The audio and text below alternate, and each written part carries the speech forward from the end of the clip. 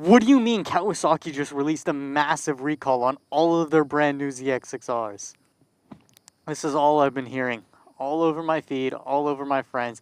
Everyone just talking about how the new ZX6Rs are ticking time bombs and are gonna explode, and Kawasaki has issued some massive recall, but that just isn't true. Now, don't get me wrong, Kawasaki just made a massive mistake and even had to issue a DND, or do not ride, to all the affected ZX6R owners, meaning that until further notice, you need to park that bike and not drive it, or you risk your engine exploding apparently. Now, if you drive your ZX6R, is the engine actually going to explode?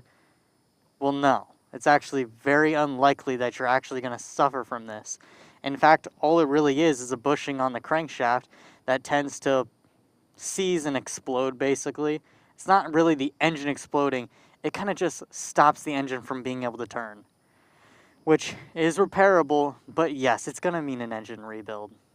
Now, this is pretty unlikely to actually happen to you. In fact, I'd say if you have a brand new bike, or you tend to not rip it too hard, and that means keeping it usually below 10,000 RPM, I think you'll be fine.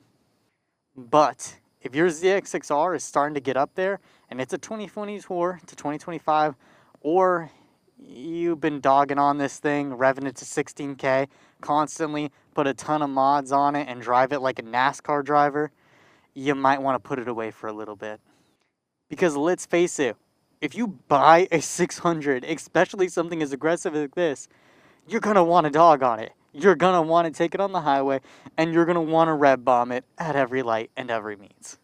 So it's not really fair to ask ZX6R riders to not dog on their bikes. So am I going to be not riding my ZX6R in the meantime? And, well, yeah, I'm not going to be able to, but not for the reason you think. You see, if you haven't noticed already, my bike has suffered a little bit of damage. We got some few missing parts, and sadly, my bike was in an accident. We haven't covered much on it yet because, well, insurance is kind of iffy on this scenario, and we don't want to tell any of the details or let any of that out until everything has been settled. But we can know that everyone is safe and okay, and that's all that's really important. Now, if you've noticed, I don't have a scratch on me, and that's because I wasn't even on the bike when it happened. And this is actually the second time I've had this exact bike. I wasn't even on it, and it got wrecked. It's a bummer. It's a bummer.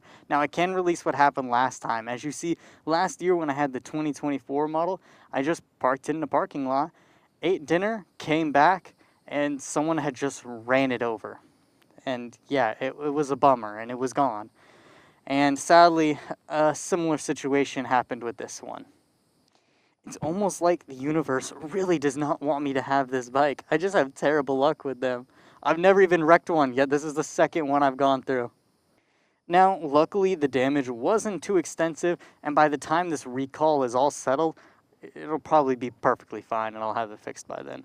As you know, I've gone through 8 motorcycles now. Again, not because I'm wrecking them. I just love getting new bikes. Now, if I were to keep driving this bike, what steps could I take to stop that bushing from basically exploding? Now, we don't have enough information on what exactly makes this bushing a ticking time bomb. So it's really hard to prevent it when we don't even know what causes it. But with most engines, there's 2 biggest culprits that are usually the problems. Now, the first culprit I think that could be happening with this bike is it tends to overheat. I've experienced this a lot at stoplights, as it'll just magically jump to 220 degrees Fahrenheit, which is pretty damn hot. Now, inside here is called a radiator. This helps cool the engine down and keep it at an optimal temperature. But when that temperature gets too high, metal swells, and this could cause the bushing to seize, catch, and then explode. So a way to prevent this could be not letting the bike idle for too long at lights and actually shut it off. Now, a way to help prevent your bike from overheating is maybe getting some more high performance coolant and throwing that in there. Or if you live in a place like Florida or Arizona like me, and the temperature can get up to 105 degrees, maybe take the car that day.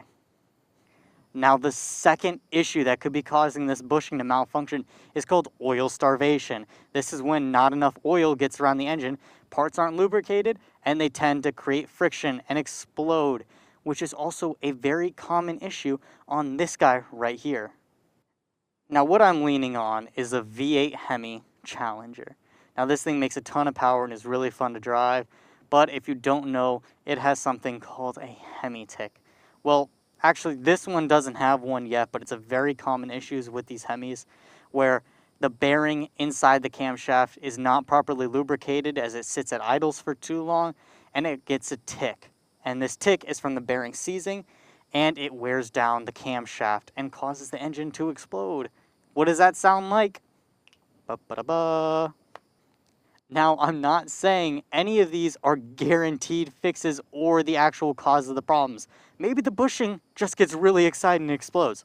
I don't know. I don't work at Kawasaki, but I've worked on a few cars, and I think oil starvation could be one of the causes of the problem. So, how can you stop your oil from starving or your engine from starving? However you want to say it. The biggest way, oh my god, normal oil change intervals. Wow, who would have thought of that? Seriously, guys, just change your oil every 2,000 to 3,000 miles. Fresh oil is always going to lubricate your engine better than 5,000-mile oil. Another way you can stop oil starvation is making sure your vehicle does not sit at idle for too long, which is exactly what causes the Hemi tick on these guys. You see, your engine revving up is what causes the oil to get flung all over the parts inside. Now, there is an oil pump, so that's not the only way, but it's really important when these bikes sit at a super low RPM for long periods of time in the hot sun. There's just not enough flow in the oil. Parts tend to get dry, and then when you start launching it, those parts slam into each other, create a lot of friction, and they just tend to wear out. So those are the two biggest contenders on what I think could be the issue with the new ZX6R. But really, we're just going to wait for the recall, because your bike shouldn't explode if you let it idle for too long, or you don't put performance coolant in it. It really shouldn't. But I think it's really important, if you want to keep driving your bike right now, please take some extra steps and try to take care of it. The last thing you want is your massive $15,000 investment to just swirl down the drain. Now, I'm definitely going to be keeping an eye out on the Kawasaki website, searching up my VIN every day, and trying to keep you guys updated to the best of my ability on this recall. And hell, I'm sorry that this video even took so long to get out, as I've had issues with my recording recently. But that said, stay tuned for more motorcycle knowledge.